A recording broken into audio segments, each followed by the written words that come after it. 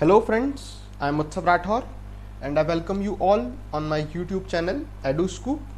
This is our new lecture series on geography and this is the very first lecture.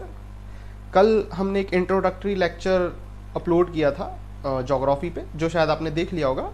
जिन लोगों ने वो lecture नहीं देखा है, एक बार वो लेक्चर देख लीजिए। उस लेक्चर में हमने डिटेल्ड बात की थी कि क्या टॉपिक्स हमारे होंगे ज्योग्राफी में, कैसे हम ज्योग्राफी पे अप्रोच करेंगे, क्या हमारा पढ़ने का पैटर्न होगा और कैसे हम चीज़ों को समझेंगे, क्या टॉपिक्स हैं, कितने पार्ट्स में ज्योग्राफी डिवाइडेड है। वो सारी डिटेल्ड बात जो है वो हम कल के लेक्चर में कर चुके हैं। तो प्लीज़ जिन लोगों ने वो लेक्चर नहीं देखा है वो लेक्चर एक बार देख लीजिए। आज जो है वो आज से ज्योग्राफी पे हमको बात स्टार्ट करनी है। सो लेट्स स्टार्ट। थोड़ा सा एक ब्रीफ में आपको बता देता हूँ। हम जो है वो फिजिकल ज्योग्राफी से स्टार्ट करेंगे। फिजिकल ज्योग्राफी के 3 पार्ट्स थे हमारे पास, geomorphology, climatology and the last one is oceanology. हम जहाँ से बात स्टार्ट करेंगे वो है हमारा फर्स्ट पार्ट, जियोमॉर्फोलॉजी। इसके भी हमने सब टॉपिक्स कल देख लिए थे। उसमें जो पहला पार्ट था हमारा इंटीरियर ऑफ अर्थ, उसी टॉपिक से आज हम स्टार्ट करेंगे। सो लेट्स स्टार्ट। आज का जो हमारा लेक्चर है उसके कंटेंट्स क्या है, क्या उसके मेन पॉइंट्स हैं, किस टॉपिक्स पे बात करेंगे, वो एक बार मैं आपको ब्रीफ में बता देता हूँ। First is importance of understanding the interior of अर्थ। जो मतलब जब हम पढ़ना स्टार्ट करेंगे, जो हमारे चैप्टर का नाम है इंटीरियर ऑफ द अर्थ, तो पहला क्वेश्चन तो यही बनता है कि क्यों हमको अर्थ के इंटीरियर के बारे में जानना है। Why is it necessary to understand about the interior of the earth. Earth के अंदर क्या है, हम लोग तो अर्थ के सरफेस पे हैं, हम लोगों को क्यों इतना ज़रूरी है ये जानना ये अर्थ के अंदर क्या चल रहा है, what are the things which are inside the earth and how they affect our surface और how they affect our life. वो सारी चीज़ों को जानने के लिए हम पहले ये समझेंगे कि अर्थ का इंटीरियर को क्यों जानना है। फिर जब हमने सोचा कि अर्थ के इंटीरियर को जानना है तो उसमें क्या क्या इंपॉर्टेंट पॉइंट्स हैं, क्यों जानना है, वो 3 पॉइंट्स पे हम लोग डिस्कस करेंगे। उसके बाद व्हेन वी डिसाइडेड कि अर्थ के इंटीरियर को जानना है तो हमारे पास 2 इम्पॉर्टेंट सोर्सेज थे कि हम लोग अर्थ के इंटीरियर को जानेंगे तो उसमें कैसे जान पाएंगे। तो 2 इम्पॉर्टेंट सोर्सेज थे जिनको हमने डिवाइड किया है, डायरेक्ट सोर्सेज और इनडायरेक्ट सोर्सेज। तो इन पे भी डिटेल्ड बात होगी, डायरेक्ट सोर्सेज क्या है, इनडायरेक्ट सोर्सेज क्या है and how they help us to understand about the interior of earth. So let's start. The very first thing, importance of understanding the interior of earth. क्यों जानना है, वही क्वेश्चन। ठीक है, तो हमने जब अर्थ के इंटीरियर को जाना तभी हमको पता चला कि it is a layer structure of crust, mantle and core. There are 3 layers.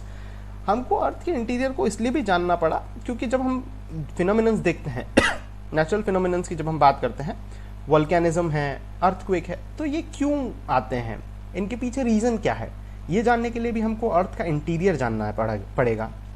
फिर अर्थ की जो मैग्नेटिक फील्ड है, why earth is behaving like a magnet, ऐसा क्या है, कौन से सब्सटेंस हैं अर्थ के इंटीरियर में जो अर्थ को ऐसे मैग्नेट बना रहे हैं, अर्थ को ऐसे फोर्स कर रहे हैं to behave like a magnet. वो सारी चीज़ों को जानने के लिए नेक्स्ट मिनरल एक्सप्लोरेशन बहुत इंपॉर्टेंट है आज के टाइम पे। तो जब हम रिसोर्सेज की कमी है तो मिनरल एक्सप्लोरेशन के लिए भी बहुत ज़्यादा इंपॉर्टेंट हो जाता है।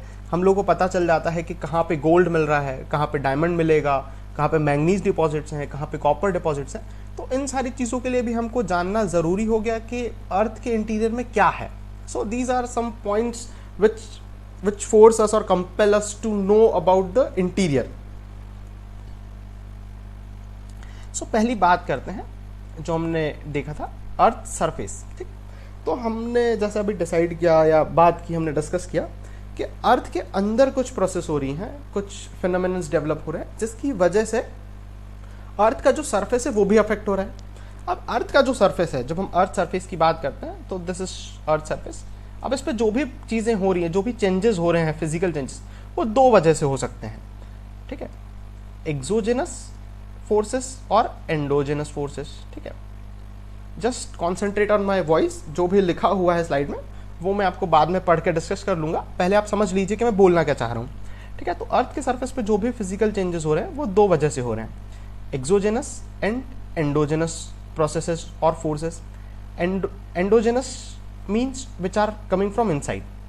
अब एक्सोजेनस फोर्सेस आपके पास क्या क्या हो सकते हैं? कुछ चेंजेस जो है वो एक्सोजेनस फोर्सेस की वजह से होते हैं। तो एक्सोजेनस फोर्सेस के एग्जांपल हैं टाइडल फोर्स, एक्सटर्नल फोर्स है। Exo means which are applying from the outside, so tidal force है। उसके बाद विंड भी एक टाइप का फोर्स लगाती है। वाटर से भी बहुत सारे चेंजेस होते हैं, फ्लोइंग वाटर बहुत सारा चेंज करता है। विंड जो है वो इरोजन क्रिएट करती है। So these are some exogenous forces which makes some changes on the surface of earth, but the important ones are these endogenous forces, ठीक है, because almost 90% changes which are occurring on the surface of earth are because of these endogenous forces which are coming from inside the earth, ठीक है। तो बात कर लेते हैं, यहाँ जो लिखा हुआ है वो भी पढ़ लेते हैं हम। many different geological process shapes the earth surface, ठीक है, हमने भी डिस्कस किया। बहुत सारी चीजें हैं जो अर्थ के सरफेस को अफेक्ट करती हैं।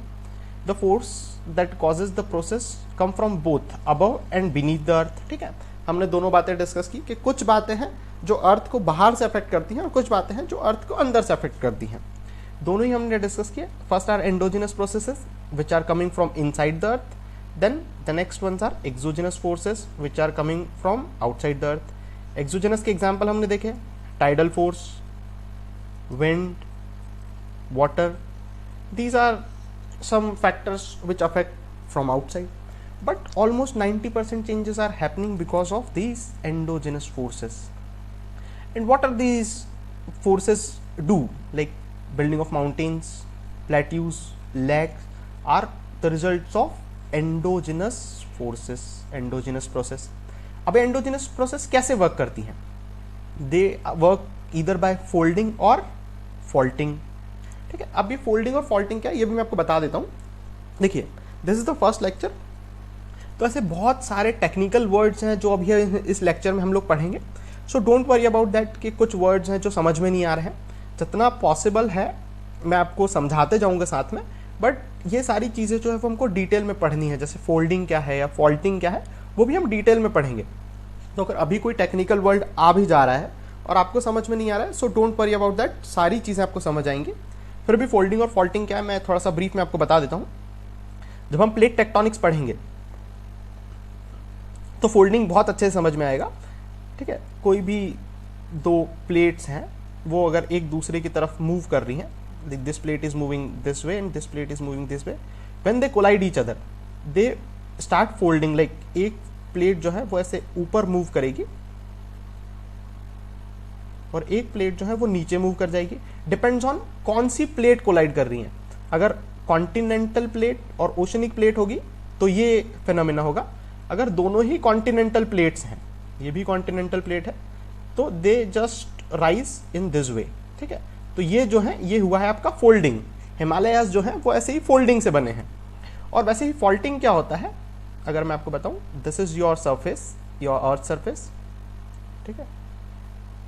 किसी प्रोसेस की वजह से, मान लीजिए अर्थक्वेक की वजह से ऐसे कोई फॉल्ट डेवलप हो गया है, ठीक है, देन ये जो फॉल्ट है इसकी वजह से भी कुछ चेंजेस होंगे, so this is called faulting. तो ऐसे ही ये जो है ये फिनोमेना फोल्डिंग है और ये जो है ये फॉल्टिंग है।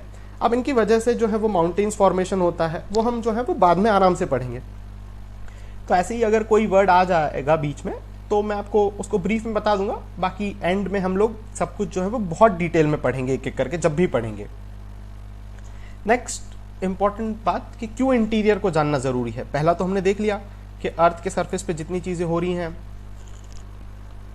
वो एंडोजिनस फोर्सेस की वजह से हो रही हैं, so it is necessary to understand the interior. Next, अगर आपको जियोफिजिकल फिनोमेनन समझना है, जैसे वॉल्केनो या अर्थक्वेक को समझना है, तो आपको समझना पड़ेगा कि क्यों अर्थ के इंटीरियर में क्या है। जैसे एग्जाम्पल के लिए अब मैं आपको फिर से यहाँ पे अर्थक्वेक का एक फिनोमेना समझा देता हूँ। This is your surface. अब अर्थक्वेक कहाँ से डेवलप होता है? अर्थ के कहीं डीप इनसाइड से यहाँ से डेवलप होता है और ऐसे वेव्स कुछ जो है वो सारी डायरेक्शंस में ट्रैवल करने लगती हैं। Basically what is earthquake? Earthquake is release of energy. तो जब एनर्जी यहाँ से रिलीज हुई तो ऐसे कुछ वाइब्रेशंस जो है वो सारी डायरेक्शंस में फ्लो करेंगे या वेव्स जो है वो ट्रैवल करेंगी। तो इस पॉइंट से एनर्जी जो है वो क्यों रिलीज हुई? तो ये जो है ये फॉल्टिंग की वजह से होता है। तो अगर ऐसे अर्थक्वेक का फिनोमेना आपको समझना है तो आपको जानना होगा कि अर्थ के अंदर क्या है। फिर वॉल्केनिज्म, जैसे ये वॉल्केनो का आप देख लेते हैं। सो ये अर्थ सरफेस है। अब अर्थ सरफेस से यहाँ से कहीं से एक सेमी विस्कस लिक्विड जो है वो यहाँ से बाहर आ रहा है। तो ऐसा अर्थ के अंदर क्या है, या ऐसे कौन से सब्सटेंस है जो इसको लिक्विड फॉर्म में बाहर भेज रहे हैं, ठीक है, या ये लिक्विड कहाँ से आ रहा है, ये लिक्विड का फॉर्मेशन अंदर कैसे हुआ, ये सारी चीज़ें अगर हमको जाननी है तो हमको जानना होता है कि अर्थ के अंदर क्या है, ठीक है। फिर ये जो पॉइंट्स हैं इनको एक बार पढ़ लेते हैं। The force that causes catastrophic events like earthquake, volcanic eruptions come from deep below, ठीक है। वी हैव डिस्कस कि जो भी फोर्सेज हैं लाइक एंडोजिनस फोर्सेज वो अर्थ के अंदर से ही डेवलप होते हैं और उसकी वजह से ही अर्थक्वेक या वोल्केनिक इरप्शंस जैसी कैलेमिटीज आती हैं। For example earthquake occurs due to the movement of tectonic plates, ठीक है। जब हम प्लेट टेक्टोनिक्स पढ़ेंगे और अर्थक्वेक पढ़ेंगे तो विल डिटेल इन डिस्कस कि what are these tectonic plates, how they move, या उनका मूवमेंट जो है वो कैसे होता है। And energy required for this movement is supplied by convection, it's not convention, it's convectional current in mantle, ठीक है। अब मैंने आपको इंट्रोडक्टरी लेक्चर में बताया था कि कन्वेक्शनल करंट थ्योरी पढ़नी है, तो वो एक पूरी थ्योरी है, वो हम पढ़ेंगे कि अर्थ जो प्लेट टेक्टोनिक्स का मूवमेंट है वो कन्वेक्शनल करंट की वजह से हो रहा है। Similarly volcanism occurs through the vent and fissures created by tectonic movements, ठीक है। इसी टेक्टोनिक मूवमेंट्स की वजह से वोल्केनिज्म भी हो रहा है। तो ये सारी चीज़ों को समझने के लिए, इनको जानने के लिए it is necessary to understand the interior.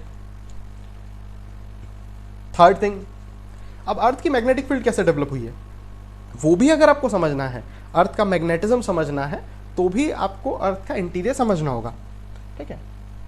For example ये आपका अर्थ है, you all know it behaves like a magnet, ऐसा एक मैग्नेट, और उसकी जो मैग्नेटिक फील्ड, मैग्नेटिक लाइंस है वो कुछ ऐसे इस डायरेक्शन में मूव करती हैं, ठीक है। तो अब ऐसा क्या था अर्थ के इनसाइड में जो earth as a magnet behave कर रहा है, ऐसे कौन से सब्सटेंस हैं या ऐसी कौन सी प्रोसेस अंदर चल रही है जिसकी वजह से अर्थ में मैग्नेटिज्म डेवलप हुआ।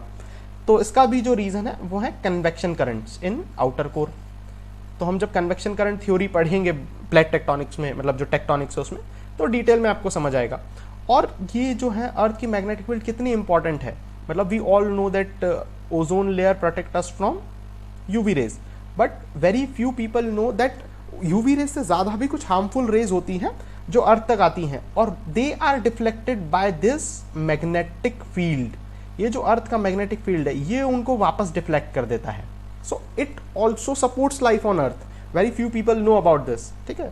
वही सेकेंड पॉइंट में लिखा हुआ है, life on earth would not be possible if not for the earth's magnetic field which protect earth's atmosphere from harmful solar wind, ठीक है। तो अर्थ के मैग्नेटिज्म को समझने के लिए भी अर्थ के इंटीरियर को समझना बहुत जरूरी है। नेक्स्ट, अब जब हमने समझ लिया कि अर्थ के जब हमने इन सारे पॉइंट्स को डिस्कस कर लिया कि अर्थ के इंटीरियर को जानना क्यों ज़रूरी है, तो अब क्वेश्चन तो हमने क्लियर कर लिया कि क्यों हमको समझना है। फिर कैसे समझते हैं हम उसको, तो we have some sources which are direct and indirect. So first are direct sources. अब डायरेक्ट सोर्सेज में हमारे पास 3 सोर्सेज हैं। The first one is mining, second is drilling, and last one are volcanic eruptions. ये जो है direct sources हैं। Mining की बात करते हैं तो ऑलमोस्ट 4 किलोमीटर्स तक हम लोग आज तक डीपेस्ट माइनिंग कर पाए हैं, because it is not possible to go beyond a certain depth. हमारे लिए बहुत ज़्यादा पॉसिबल नहीं है कि हम अर्थ के बहुत ज़्यादा अंदर तक चले जाएं, because as we go deep inside the earth the temperature is increasing as well as the pressure is increasing, ठीक है। तो पॉसिबल नहीं है कि हम बहुत ज़्यादा अंदर तक जा पाते। तो अगर हम माइनिंग की बात करते हैं तो we have reach deepest mines up to 4 kilometres. Drilling की बात करें तो we have reach up to only 12 kilometres in Kola peninsula. उसके बाद क्या, अब यहाँ तक तो हम 4 किलोमीटर तो हमको डायरेक्टली पता चल गया कि अर्थ के अंदर क्या है, या 12 किलोमीटर तक तो हमको डायरेक्टली पता चल गया अर्थ के अंदर क्या है, बट उसके बाद की चीज़ें कैसे पता चलेंगी, ठीक है। फिर वॉल्केनिक इरप्शंस भी हैं, तो उससे जो है वो अर्थ के इनसाइड से कुछ जो है वो मटेरियल बाहर आपके पास आ रहा है विस्कस फॉर्म में, बट उसमें भी ऑथेंटिसिटी नहीं है, because there is no certain depth. मतलब आपको पता एक्चुअली नहीं पता है कि वो कितनी डेप्थ से आ रहा है, तो कोई ज़्यादा रिलाय डायरेक्ट सोर्स पे नहीं किया जा सकता। इसलिए अब जो रिलाय करते हैं हम वो करते हैं इनडायरेक्ट सोर्सेज पे। इनडायरेक्ट सोर्सेज कौन कौन से हैं वो देख लेते हैं एक बार। 4 इनडायरेक्ट सोर्सेज हमको यहाँ पे पढ़ने हैं, meteoroids, gravitation, magnetic field and seismic waves. So meteoroids की पहले बात कर लेते हैं हम, ठीक है। Basically meteorites are not coming from inside the earth, they are heavenly bodies, they come from the solar system to the earth, but when they came to earth and when they studied, it is found that their structure is very similar to the earth structure। तो जब हमने अर्थ की study बहुत ज़्यादा नहीं की थी और अर्थ के ज़्यादा डीप तक नहीं गए थे, तब मेटेरॉइड्स को स्टडी करके साइंटिस्ट ने पता किया था कि अर्थ का इंटरनल स्ट्रक्चर कैसा होगा, अर्थ के इनर कोर में क्या मटेरियल्स होंगे, उनका कंपोजिशन क्या होगा, ये सब जो है वो पता चला था मेटेरॉइड्स की स्टडी से। Meteoroids and earths are born from same nebular cloud. अभी हमने जो है वो सोलर सिस्टम नहीं पढ़ा है, तो ये नेबुलर क्लाउड क्या है ये आपको नहीं पता है, but basically it was a cloud which was responsible for the origin of all the planets, ठीक है। दस they all the planets and all the heavenly bodies have similar structure और सिमिलर कंपोजिशन, ठीक है। The heavenly material composition of their cores confirm the similar composition of inner core of earth, ठीक है। तो बाद में स्टडी से पता चला कि जो मेटेरॉइड्स का कंपोजिशन है वो सिमिलर कंपोजिशन है अर्थ के इंटीरियर का। एक और जो हमारा इनडायरेक्ट सोर्स है वो है ग्रेविटेशन। अब we know that gravitation depends on mass, ठीक है। तो जब साइंटिस्ट ने ग्रेविटी की जो वैल्यू है, ग्रेविटेशन की वैल्यू है, उसकी स्टडी की, तो they found that it has different value at different places, like it has greater value at poles, less at equator. तो ऐसा क्यों हुआ? When they studied and when they experimented it, so they found that कि earth का जो surface है उसके नीचे जो डिस्ट्रीब्यूशन ऑफ मटेरियल है वो अनइवन डिस्ट्रीब्यूशन है। मतलब जो भी, because gravitation is affected by mass, तो ये जो ग्रेविटेशन एनोमली है या जो difference in the value of gravity है, ये किस वजह से आया? मास की वजह से आया। And then scientist found that the mass is not equally distributed inside the earth. So gravity anomalies give us information about the distribution of mass in the earth crust which is not equal or which is not even. The mass is unevenly distributed.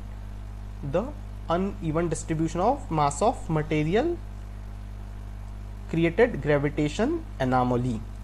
ठीक है? The last and important source which are very much reliable are the seismic waves. What are seismic waves? Basically these are the earthquake waves.